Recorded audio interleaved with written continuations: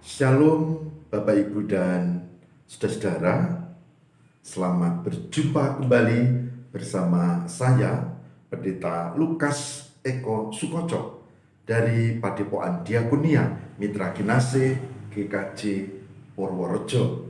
Saudara, selama 2 hari ini secara khusus saya akan mendampingi dan sharing tentang 7 langkah bagaimana kita belajar untuk menyembuhkan hati yang remuk, hati yang patah, luka batin. Dan kemarin kita sudah tahu bahwa luka batin itu menumpuk sejak kita bayi sampai sekarang. Dan itu kalau tidak dibereskan akan ada masalah, baik itu kita sadari maupun tidak. Saudara, ketika masih SD, saya punya pengalaman yang membekas. Saya dilarang untuk dolan bermain sembarangan, apalagi pada jam-jam istirahat, ya. Dan karena ayah saya bekerja, maka saya punya kesempatan untuk dolan. Waktu itu musim layangan. Musim layangan asik, saudara, asik sekali. Nah, tidak sengaja ketika lari, kemudian saya jatuh dan ada luka di kaki. Saya sembunyikan, kemudian segera saya beri obat merah, ya. Kemudian tidak bilang orang tua.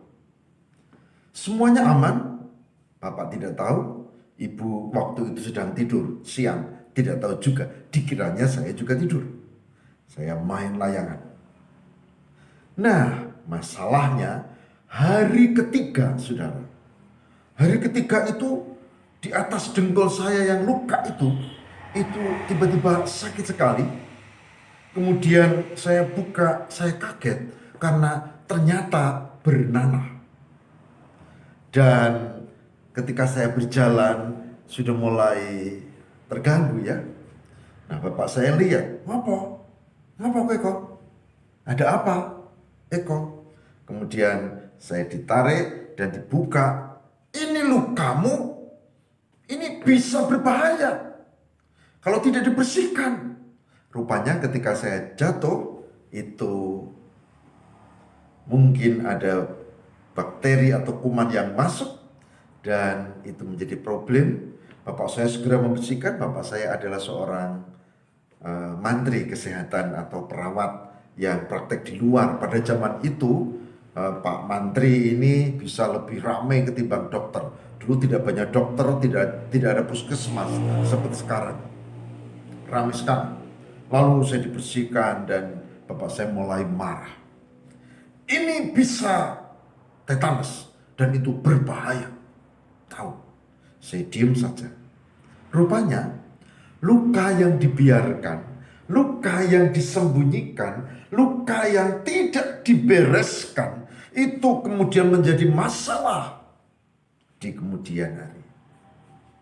Dan saya menyesal. Saya bilang bapak saya, betul Pak, saya salah. Saya main layang-layang ke desa sebelah dan dengan teman-teman SD dan saya jatuh.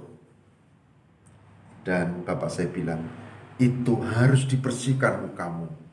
Jangan disembunyikan seperti itu. Nah, saya takut maka saya sembunyikan. Saudara, sebetulnya luka batin ya hampir mirip kayak luka di fisik ini. Kalau tidak dibereskan, kalau disembunyikan, maka ada persoalan. Dan ini kadang tidak kita sadari.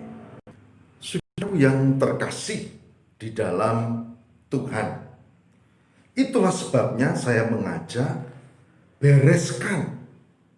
Dan sebelum dibereskan, ya harus kenali.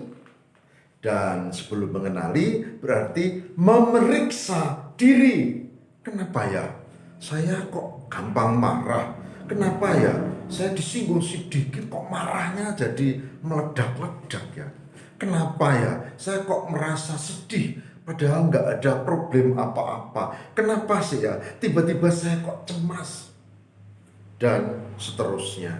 Ada persoalan yang kadang tidak kita sadari. Saudara, saya hari ini akan share. Yang pertama adalah kalau mau membereskan luka batin, hati yang remuk, tawar hati, atau apapun istilahnya, maka cara pertama adalah mengakui. Kalau Bapak Ibu, saudara-saudara, kita ini masih tidak mau mengakui, menyangkal diri, ibaratnya kita pakai topeng. Nah, nih, pakai topeng. Topengnya senyum, padahal hatinya menangis. Topengnya senyum, padahal hatinya remuk, tidak mau mengakui. Itu pakai topeng. Orang-orang yang pacaran biasanya, belum tentu juga, tapi biasanya pakai topeng ini. Kelihatan lebih sabar, kelihatan lebih halus, kelihatan lebih bertanggung jawab, kelihatan lebih dewasa. Jaim. Banyak juga kita yang seperti ini tidak mau mengakui. Maka cara pertama adalah, langkah pertama adalah kalau kita mau ya mengakui. Mengakui. Mari kita baca firman Tuhan tentang hal ini. Betapa pentingnya mengakui. 1 Yohanes 1 ayat yang ke-9. 1 Yohanes 1 ayat yang ke-9 dikatakan begini. Jika kita mengaku dosa kita, maka Ia adalah setia dan adil, sehingga Ia akan mengampuni segala dosa kita dan menyucikan kita dari segala kejahatan. 1 Yohanes 1 ayat 9. Jika kita mengaku dosa kita, maka Ia adalah setia dan adil, sehingga Ia akan mengampuni segala dosa kita dan menyucikan kita dari segala kejahatan. Saudara, dikatakan di 1 Yohanes 1 ayat 9, mengakui jujur bahwa kita ini memang kilap, bahwa kita ini memang lemah, bahwa kita ini memang berdosa, bahwa kita punya kelemahan yang kita pendam, kejengkelan, kemarahan, dan seterusnya. Jujur, akui dosa dan kelemahanmu, dan mohon pengampunan Tuhan. Langkah pertama adalah jangan menyangkal. Saudara, adapun tips yang kedua adalah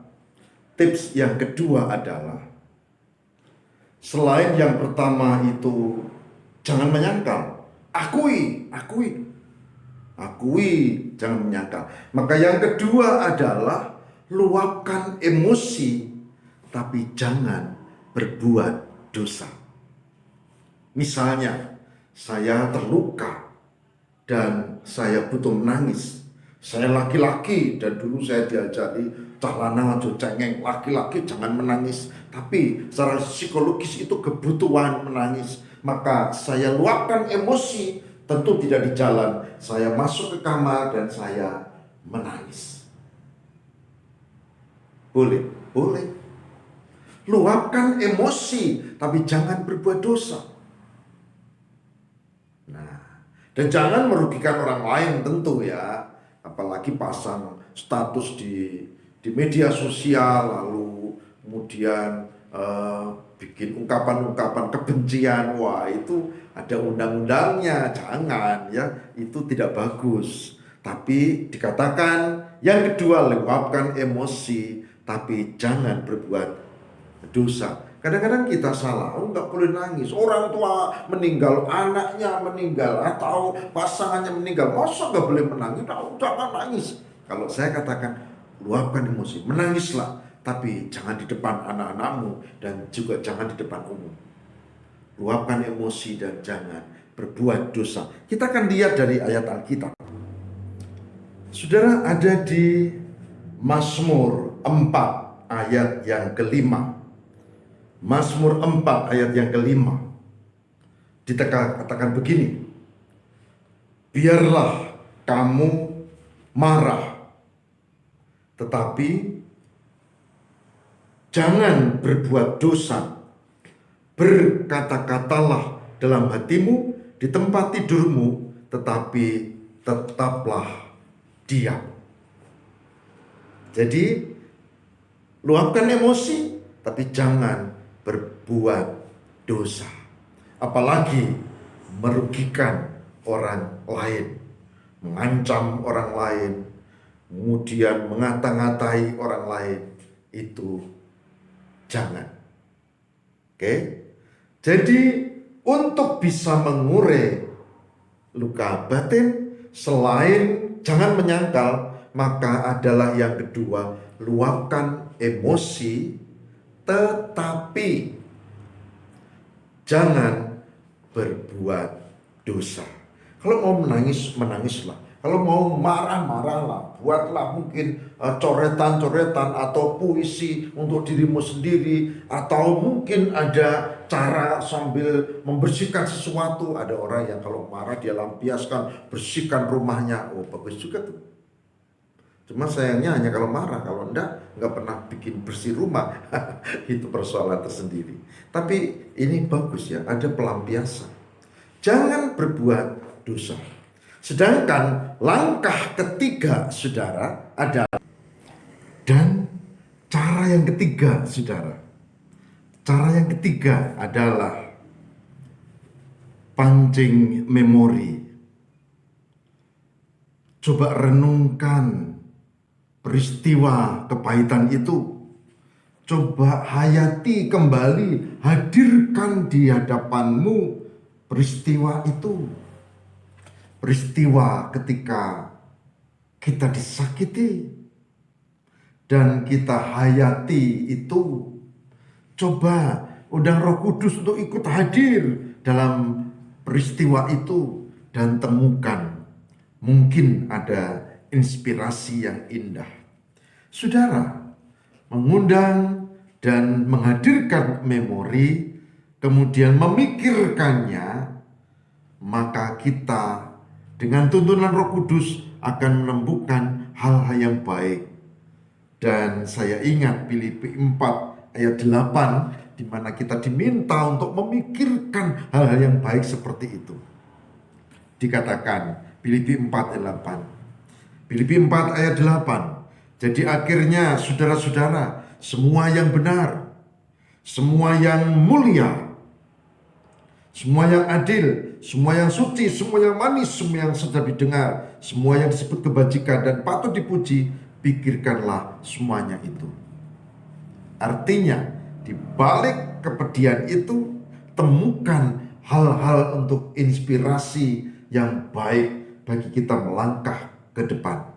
Mungkin kita lalu berkata, semula kita merasa disakiti. Ya, memang sakit.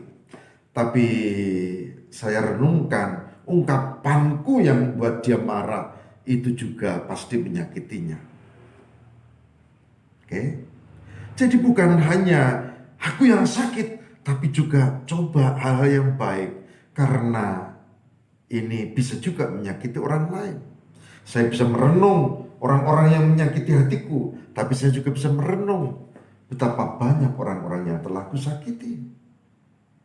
Kalau ini dilakukan, saudara, maka pancing memori dan kita ambil hikmahnya, maka itu akan menyembuhkan hati yang patah. Ini poin 1, 2, dan 3. Dan kita akan sambung nanti pada episode berikutnya. Tapi baiklah kita berdiam dan kita mohon untuk Tuhan menyertai kita. Marilah saudara kita bersama berdoa. Tuhan, berkatilah supaya kami bisa dengan tuntunan Roh Kudus mampu untuk menyembuhkan luka-luka batin oleh karena Tuhan yang menyertai dan memberkati. Dan langkah-langkah teknis 1, 2, 3 yang kami pelajari hari ini, berkatilah. Terima kasih Tuhan, kami meyakini kasih dan penyertaan-Mu. Demi Kristus kami berdoa. Amin.